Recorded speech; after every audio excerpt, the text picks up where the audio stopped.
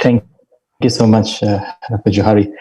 Dr. Shams, I really appreciate MENDAKI and IPS for having me here and for sharing the panel with other distinguished speakers, and to Dr. Maliki for really setting the context and overview at the beginning of the session.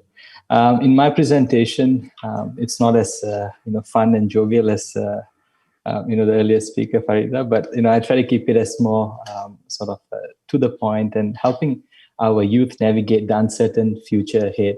And really, the time that I was given is 10 minutes, which is not enough to cover the the content that I've put in the slides. But I think let me touch on the broad points, and then during the question and answer, if anyone of you have questions, we can delve deeper into each of the individual points. The overview, I think, as you see from the the topic, I'll touch briefly on the changing employment landscape currently, the employers' perspectives. What are we looking out for? What are the employers want from a hire that they're gonna people that they're gonna interview and people they're gonna hire to the company, and how do you find your relevance in this whole maze that's that's possibly ahead of you? So in that aspect, I'm firstly going to touch on changing employer landscape and employment in the new normal, as alluded to by Farida earlier. It has changed completely. How HR practices are being practiced, how people are adapting to the new normal, as we call it now. And, when I say new normal, we're also talking about digital first. And essentially, we are used to things like design thinking, but now everybody is now focused on digital thinking. How can you reinvent how work is being done and put digital and technology at the heart of how we do work and how we sort of interact with each other? So I think that's very important. And beyond just the digital first approach, I think we also have to reimagine how we do work, and the nature of work is obviously going to change fundamentally. And to that end, I feel that as you saw in the recent survey done and published in Straits Times, 8 in 10 Singaporeans would like to have flexi work arrangements. They want to work from home, etc. So I think moving on, businesses are also looking at how they can sort of downsize their office space, their footprint, the physical footprint, and at the same time allow more of their officers and their people in their company to work from home, work offsite, have split team arrangements, and this kind of flexible work arrangement is going to be possibly the new norm in the years ahead. How can we adapt, and how can we then skill ourselves and train ourselves to have that necessary skill sets to be agile, to be nimble, and these things I'll cover later on. But flexi work arrangement is the way to go, and I think it's going to be a crucial part of the changing employment landscape moving on.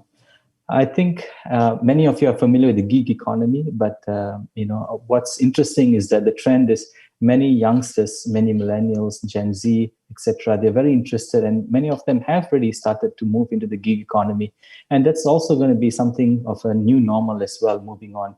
And formal employment really is important, and many of us prefer formal employment. A stable career, stable job progression, etc.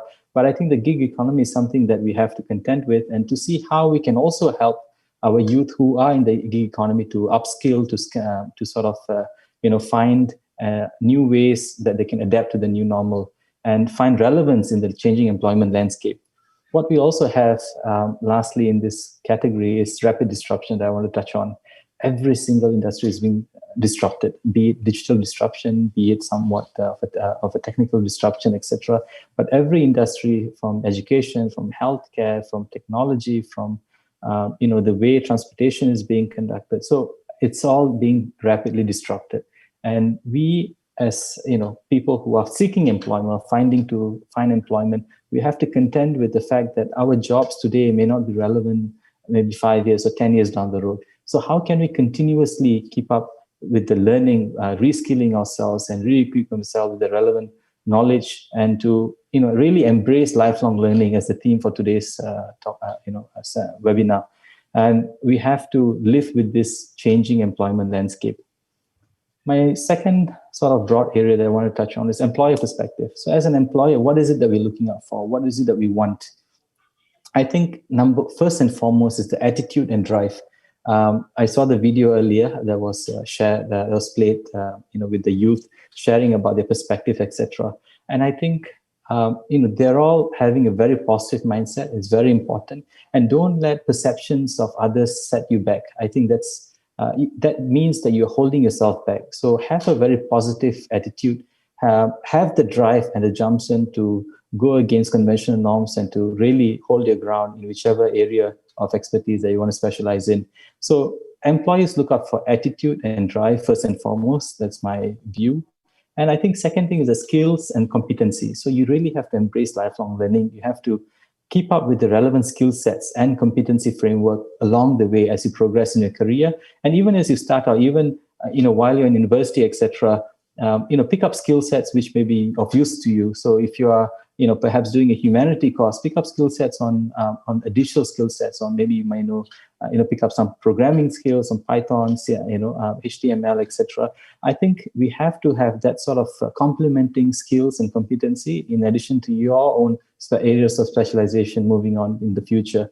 And this is what I meant earlier. You need the agility and nimbleness. So this first landscape I mentioned is that the last one was disruption. In a landscape which is constantly being disrupted, you need to have the agility and nimbleness to pivot to a new area of growth, to pivot to, seize an opportunity that's probably presenting in front of you. And number 4 is mobility and adaptability.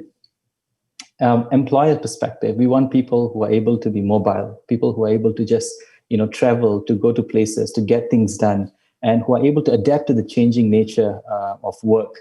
And I think this is very important because we can't be just resting on our laurels and be happy to be just in Singapore and not be able to travel and, maybe say, yes, obviously we have our families, we have our roots in Singapore, but we increasingly have to develop a mobile workforce. And mobility can be within Singapore, can be within the sectors, cross sectors, and can be also regionally as well, regionally and globally.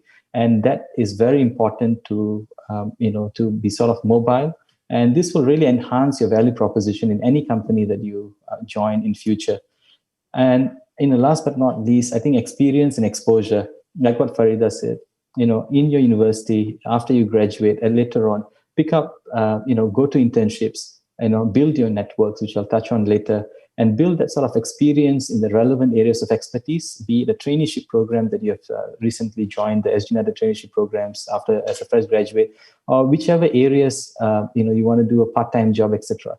Every experience counts. There's no such thing as a bad work experience. Every experience counts. Every exposure counts. So if you can go for leadership programs, if you go for conferences organized by Mendaki Club, go for conferences organized by Mendaki, this all exposure. It builds your network. It builds the sort of exposure that you have, and go out of your comfort zone. So beyond just Mendaki, with the other professional communities, go and network with them. Go and sort of seize opportunities that may be present to you.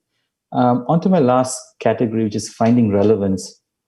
How do you find relevance? Like I said earlier, start networking. I think networking is absolutely important. Myself, I come from a business school background from Singapore Management University. And in SMU, a lot of emphasis is placed on networking from the onset, from year one. And I think, I would really encourage all the youth out there to go network, build a professional identity. I don't have to touch on this. It's already covered by Farida. And pick up a side hustle. This is something interesting. In many of the sort of leaders in the industries that I've come across, they always had something on the side, outside their main work that they always do, something they're passionate about, something that drives them, that sort of helps them take away the pressure from their work, and then to sort of, have a side hustle. If you can cope, good. If not, just pick up some skills. That's what I'm meant to share. Leverage MOOCs, I think, covered earlier as well. Massive online open courses. There are lots of online courses, Coursera, on LinkedIn, Lydia. There's lots of materials online where you can pick up new skills. And from the comfort of your home and your laptop, you can learn and get certified. Last but not least, as a concluding point, have mentors. I think finding a good mentor is half the journey covered. So I think having a mentor is absolutely important. With that, thank you for the opportunity to share my views and thoughts.